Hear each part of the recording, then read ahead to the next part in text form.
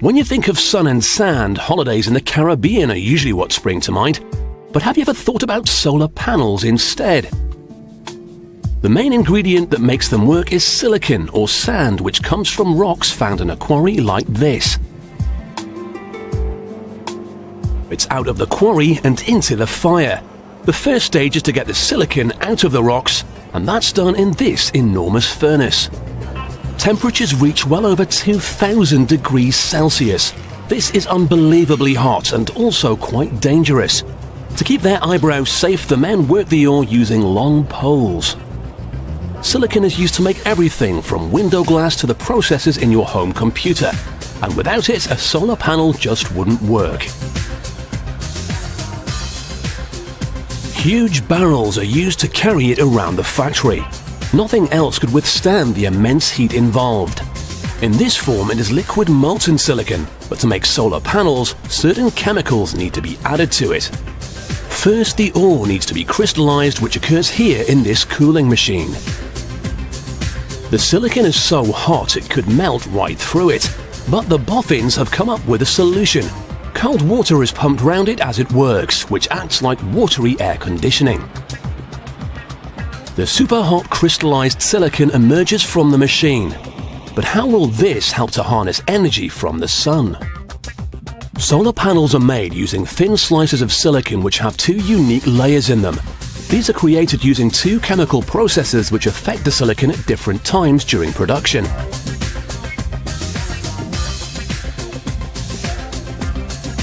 Time for stage 1. This is where the first chemical is added. It will help make the silicon more conductive.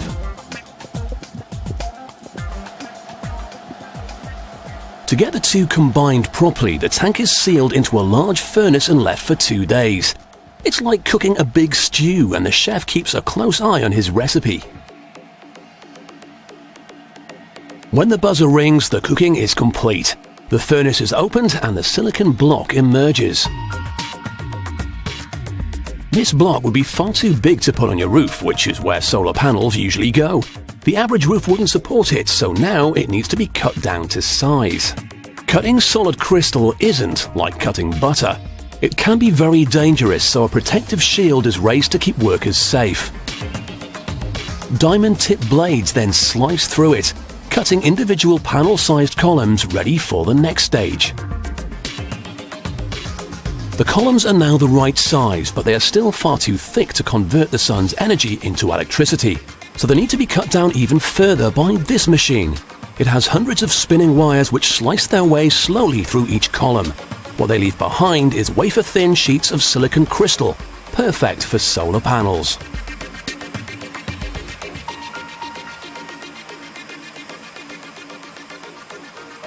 The slices must be separated to be cleaned, but no machine exists that's sensitive enough to do it without breaking them. It must be done by hand because the panels are barely fingernail width and incredibly fragile.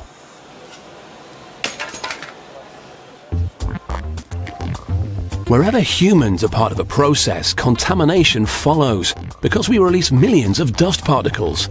The freshly cut slices must now be thoroughly washed before they can be treated with the second chemical. Once the treatment is in place, the panels are returned to the furnace and baked to create the two separate layers.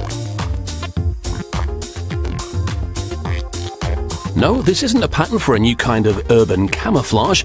It's the basic unit that makes up a larger solar panel. It comes in two different colors, but this isn't a fashion statement. The blue shade is added so the panel can absorb more light and make more energy. The panels are also treated with an anti-reflective coating, which is painted on and then baked into place.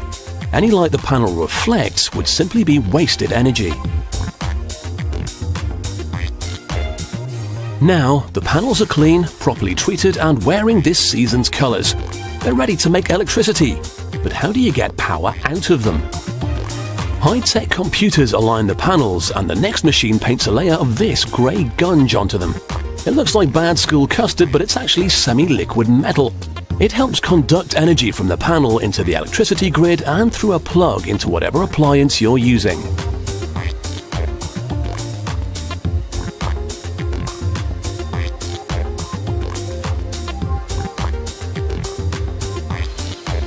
We can now assemble a full-sized solar panel. Each wafer acts like a battery that generates its own electricity. But to get power out, the panels are assembled in rows connected by metallic pathways.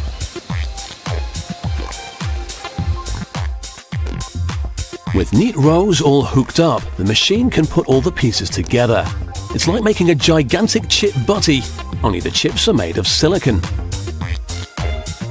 A large slice of glass makes the base, followed by layers of adhesive paper, the silicon panels, and more adhesive to hold it in place.